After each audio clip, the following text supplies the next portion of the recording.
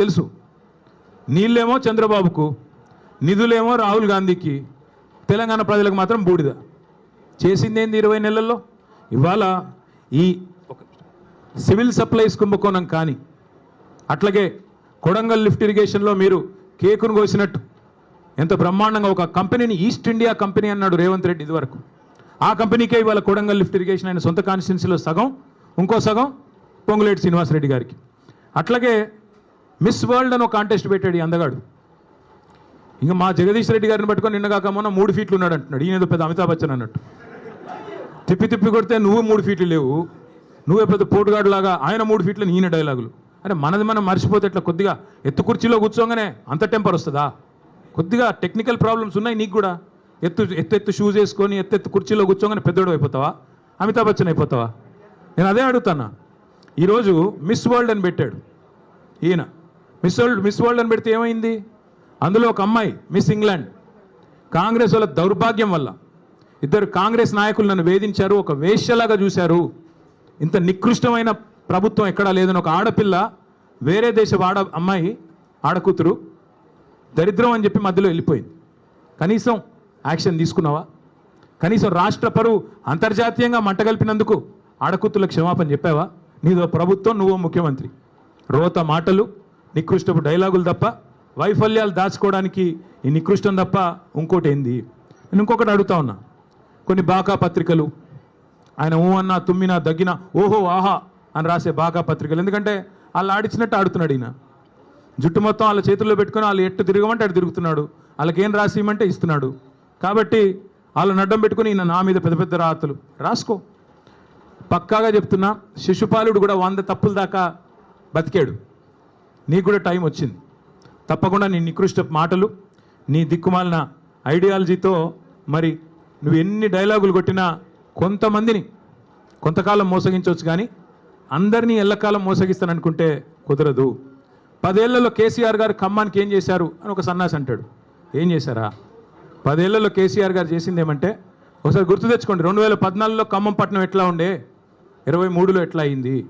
ఖమ్మంలో ఎన్ని మెడికల్ కాలేజీలు ఉండే ప్రభుత్వ ఆధ్వర్యంలో 2014కు పూర్వం కాంగ్రెస్ పరిపాలన ఉన్నప్పుడు? తర్వాత ఎన్ని వచ్చినాయి? ఖమ్మంలో ఐటీ హబ్ ఉండేదా? ఖమ్మంలో రోడ్లు ఎట్లా ఉండేది? ఖమ్మంలో ఇక్కడుండే మీ చెరువులు ఎట్లా ఉండేది? మీ గోళ్ళపాడు కాలు ఎట్లా ఉండేది? ఒక్కసారి గుర్తు తెచ్చుకోండి. కొత్తగూడెం జిల్లా చేయడమే కాదు, 2 మెడికల్ కాలేజీలు ఇవ్వడమే కాదు, సీతారామ ప్రాజెక్ట్ లాంటి అద్భుతమైన ప్రాజెక్టు, జిల్లాలోని ప్రతి ఇంచుని ప్రతి అంగుళాన్ని తడిపే ప్రాజెక్టే కాదు. ఇవాళ ఖమ్మానికి కేసీఆర్ గారు చేసినంతగా ఎవరైనా చేశారా? ఒక్కసారి గుండె మీద చేసుకొని చెప్పమని నేను కోరుతా ఉన్నా. అట్లాగే నేను రేవంత్ రెడ్డిని అడుగుతా ఉన్నా, సూటిగా అడుగుతా ఉన్నా. దమ్ముంటే మగాడివైతే చెప్పు, నీ సీటుకు ఎవడెసరు పెడతాడో అని చెప్పి ఇవాళ డిప్యూటీ సీఎం బట్టి విక్రమార్క, అదేవిధంగా రెవెన్యూ మంత్రి పొంగులేటి, అట్లాగే ఉత్తమ్ కుమార్ రెడ్డి ఇరిగేషన్ మంత్రి, వీళ్ళ ఫోన్లు నువ్వు ట్యాప్ చేయట్లేదా? ఈరోజు చెప్తావా? నీ మనవాడి మీద ఒట్టేసి చెప్తావా బయటకు వచ్చి నేను వీళ్ళ ఫోన్లు ట్యాప్ చేయట్లేదని? రాష్ట్రంలో వేలాది ఫోన్లు ట్యాప్ చేస్తున్నమాట వాస్తవం కాదా? చెప్తావా? లై డిటెక్టర్ ముందు కూర్చొని చెప్తావా? మగాడివైతే రా, బయటకు వచ్చి ఒట్టేసి చెప్పు దమ్ముంటే.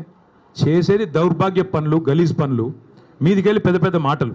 ఒక గల్లీ రౌడీలాగా ఢిల్లీకి పోయి సిల్లీ మాటలు మాట్లాడిన ముఖ్యమంత్రికి నేను ఒకటే చెప్తా ఉన్నా. 50 సార్లు పోయావు ఢిల్లీకి దాదాపుగా, ఇంకోసారి అయిపోతే 50, హాఫ్ సెంచరీ. 50 పైసలు వచ్చినాయి నువ్వు 50 సార్లు పోతే. పోవడం, చీకట్లో మోడీ కాళ్ళు పట్టుకోవడం, చీకట్లో అమిత్ షా కాళ్ళు పట్టుకోవడం, రాహుల్ గాంధీ ఏమో దేక్తలేడు, నిన్ను అపాయింట్మెంట్ ఇస్తలేడు. ఇక ఈయన నా గురించి మాట్లాడతాడు.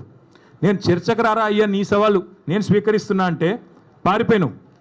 మళ్ళీ నన్ను అంటాడు నేను పారిపోయిన పిరికి పందని అంటాడు. పారిపోయి ఢిల్లీలో దాక్కున్నది నువ్వు, నేను కాదు. సొంత ఛాలెంజ్ని కూడా స్వీకరించలేవు నువ్వు. నేను ఇంకొక మాట కూడా అంటా ఉన్నా, నీకు ఎప్పుడు నువ్వు ఎప్పుడు కావాలంటే అక్కడ చర్చకు మేము రెడీ. నీ బాధల్లో ఏంటంటే హామీలు అమలు చేయలేవు, నీ వల్ల కాదు, చర్చించే దమ్ము లేదు. ఒక్కరు ఎక్కడన్నా ఒక ఆడబిడ్డతో మాట్లాడు, నాతో కాదు పర్లేదు. 2500 రూపాయలు వస్తుందా? 4000 పెన్షన్ వస్తుందా? తులం బంగారం వస్తుందా? నువ్వే కదా డైలాగ్ కొడుతీవి. కేసీఆర్ ఉన్నప్పుడు కళ్యాణ లక్ష్మి పెళ్ళైన 2 నెలలకు వస్తుంది, నేను లగ్నపత్రిక పెట్టుకోగానే ఇస్తా అని చెప్తీవి కదా, ఎక్కడన్నా ఒక్కరికి వచ్చిందా? అందుకే ప్రజలకు కూడా నేను విజ్ఞప్తి చేస్తా ఉన్నా, ఈ పనికిమాలిన వితండవాదాలు పట్టించుకోబాకండి. అట్లాగే ఇంకొక మాట కూడా నేను చెప్తా ఉన్నా, ఈ దగుల్బాజీలు చేసే లుచ్చా రాజకీయాన్ని కూడా తప్పకుండా తిప్పికొట్టాలి. గాసిప్స్ ద్వారా, చిట్చాట్ల ద్వారా, తంబునేల్స్ ద్వారా చేసే వికృత రాజకీయం, నికృష్ట రాజకీయాన్ని తప్పకుండా నిలదీయాలి, నిగ్గదీయాలి. 420 హామీలు ఏమైనాయని చెప్పి తప్పకుండా అవసరమైతే రానున్న రోజుల్లో గల్లాబట్టి అడిగే రోజులు కూడా వస్తాయి. 6 గ్యారంటీలు అమలు అవుతున్నాయి, పక్కా అవుతున్నాయి, 100% అవుతున్నాయి. ఏంటి 6 గ్యారంటీలు? ఒకటి, ఫస్ట్ గ్యారంటీ అనుముల సోదరుల కోసం భూదందాలు గ్యారంటీ బ్రహ్మాండంగా చేస్తున్నారు. 4th city, AI city Hyderabad చుట్టూ 1000 ఎకరాల్లో RRR పేరిట తొందరలో బయట పెడతాం, సర్వే నెంబర్లతో సహా బయట పెడతాం, మీరు చూడండి. రెండవది